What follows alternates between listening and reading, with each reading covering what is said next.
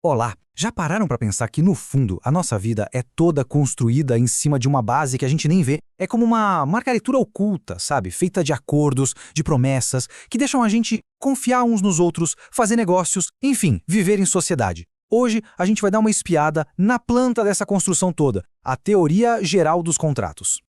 Pode parecer estranho, né? Quer dizer, o que tem a ver um contrato de aluguel todo cheio de cláusulas com simplesmente comprar um cafezinho na padaria? Ou com aquele clique rápido em aceito nos termos de um aplicativo? São coisas tão diferentes, uma envolve papelada, a outra um troco, a outra é só um toque na tela. Mas acredite, por trás de tudo isso existe uma mesma ideia fundamental. Exatamente. Todos eles são contratos, é isso aí.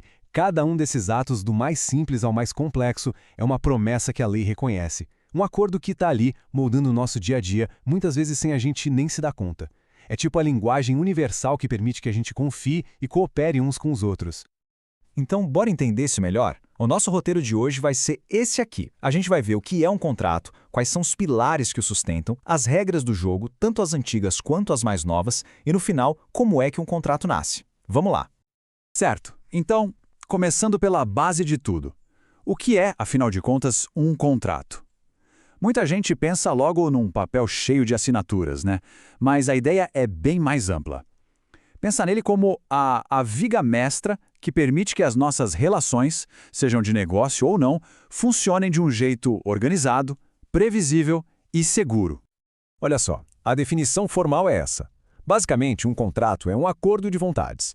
Duas ou mais pessoas combinam algo que tem um valor patrimonial, e a partir daí criam, mudam ou terminam uma relação. É o ponto em que as vontades se encontram e viram uma obrigação perante a lei, seja de dar alguma coisa, fazer alguma coisa ou até de não fazer. É a transformação de um combinado em algo sério.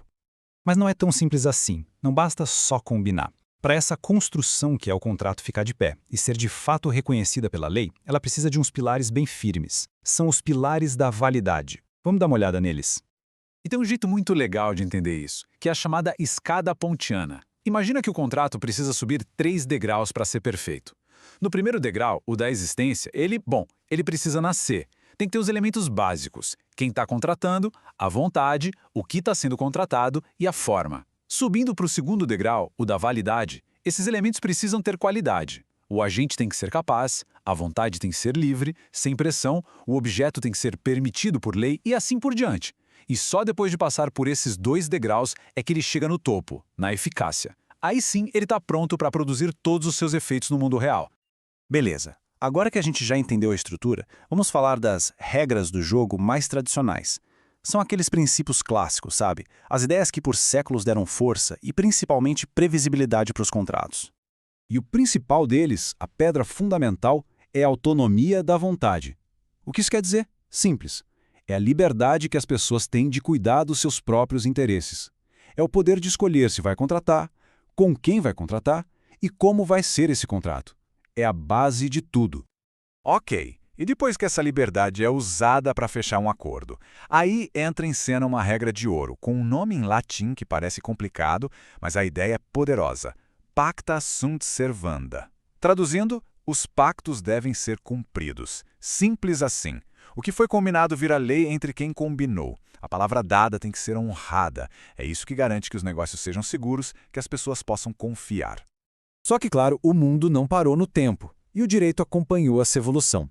Aquelas regras clássicas, super importantes, ganharam um upgrade. Vamos ver agora as regras mais modernas, que são como, sei lá, os sistemas de segurança, os ajustes de equilíbrio dessa nossa construção. E aqui a gente vê essa mudança de um jeito bem claro. Antes, na visão clássica, a liberdade de cada um era o que mais importava. As partes eram livres para definir tudo. Hoje, na visão moderna, a gente fala em função social do contrato. O que mudou?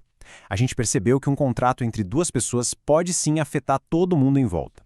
A liberdade individual continua existindo, claro, mas ela tem um limite: o bem-estar da sociedade. O contrato precisa ser justo e útil não só para quem assina, mas para a coletividade. E no centro dessa ideia moderna está um princípio fundamental: a boa-fé objetiva. E aqui, atenção, não é sobre a boa intenção que a pessoa tem na cabeça. é sobre o comportamento dela. É um padrão de conduta que se espera de todo mundo agir com honestidade, com lealdade, com cooperação. É, literalmente, a regra do fair play, do jogo limpo, em todas as fases do contrato, do comecinho das negociações até depois que ele termina. E um desdobramento bem prático da boa-fé é essa outra regra com um nome em latim, venire contra factum proprium. O nome assusta, mas a ideia é super simples. É a proibição de ser contraditório. Pensa no exemplo. Uma loja sempre deixou um cliente pagar a fatura com 1 ou 2 dias de atraso. Nunca reclamou. Aí, do nada, sem avisar, ela resolve cobrar uma multa gigante por causa disso. Isso não pode. Por quê? Porque a loja criou uma expectativa, um comportamento de confiança. Agir contra isso é quebrar a boa-fé. É uma proteção contra a hipocrisia, contra a incoerência nos negócios. Bom, a gente já viu a fundação, os pilares, as regras. Agora falta ver o canteiro de obras. Como é que um contrato sai do papel, ou melhor, da conversa, e se torna algo real? Vamos ver o passo a passo desse nascimento. O caminho é bem lógico, na verdade. Tudo começa com a negociação, aquela fase de conversa, de alinhar os interesses, ainda sem compromisso. Daí, uma das partes dá um passo à frente e faz a proposta. Agora sim é uma oferta séria que já cria um vínculo. Se a outra parte topar e disser aceito, pronto, temos aceitação. E nesse exato momento o contrato está formado, concluído. Nasceu e já pode começar a gerar efeitos. E com isso, a nossa construção está de pé. O que a gente percebe é que um contrato é muito mais do que só palavras num papel, né? É a ferramenta, o mecanismo que a nossa sociedade inventou para transformar uma simples promessa em uma certeza, em algo que pode ser exigido. Então, para fechar, vamos recapitular os pontos principais. Primeiro, contrato é um acordo legal sobre algo que tem valor. Segundo, para ele ser válido de verdade, tem que subir aquela escadinha: existência, validade e eficácia.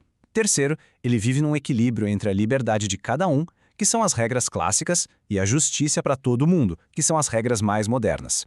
E por último, princípios como a boa-fé garantem o jogo limpo e a formação dele segue aquele roteiro: negociação, proposta e aceitação. Simples, né? E para terminar, fica essa reflexão. Depois de entender toda essa estrutura, toda essa arquitetura que existe por trás, será que da próxima vez que alguém for clicar no botão aceito ou assinar qualquer documento, essa pessoa vai enxergar esse gesto do mesmo jeito? Fica aí o pensamento.